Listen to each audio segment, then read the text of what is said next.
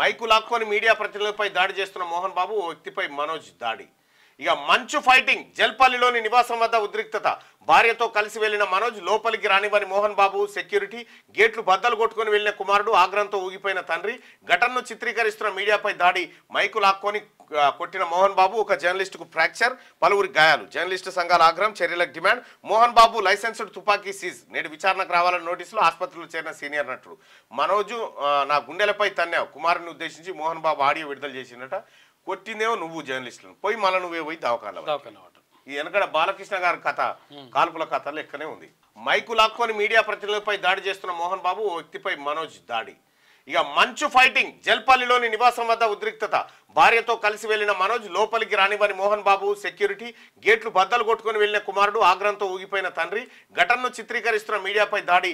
Mic లాక్కొని కొట్టిన మోహన్ బాబు, ఒక జర్నలిస్టుకు ఫ్రాక్చర్, పలువురి గాయాలు. జర్నలిస్టు సంఘాల ఆగ్రహం, చర్యలకు డిమాండ్. మోహన్ బాబు లైసెన్స్డ్ తుపాకీ సీజ్. నేడు విచారణకు రావాలని నోటీసులు. ఆసుపత్రిలో చేరిన సీనియర్ నటుడు మనోజు నా గుండెలపై తన్నావు కుమారుని ఉద్దేశించి మోహన్ బాబు ఆడియో విడుదల చేసినట.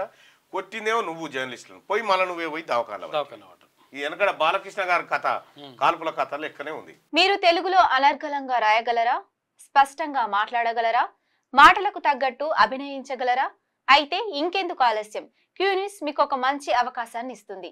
క్యూన్యూస్ లో పనిచేయటకు లేడీ యాంకర్స్ కావాలను సంప్రదించవలసిన నెంబర్ 8688926084.